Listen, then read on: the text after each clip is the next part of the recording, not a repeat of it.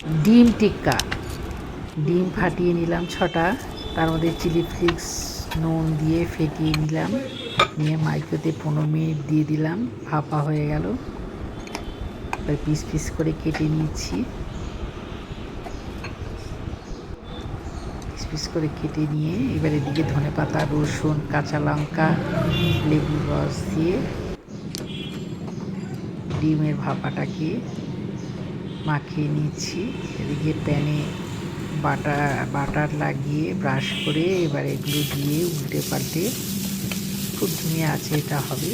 আমার শুধু খেয়ে একবার দেখো, খুব টেস্টি হয়।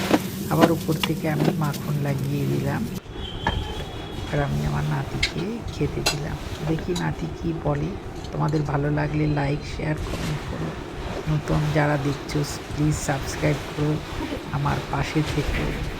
আবার আসবো নতুন ভিডিও নিয়ে।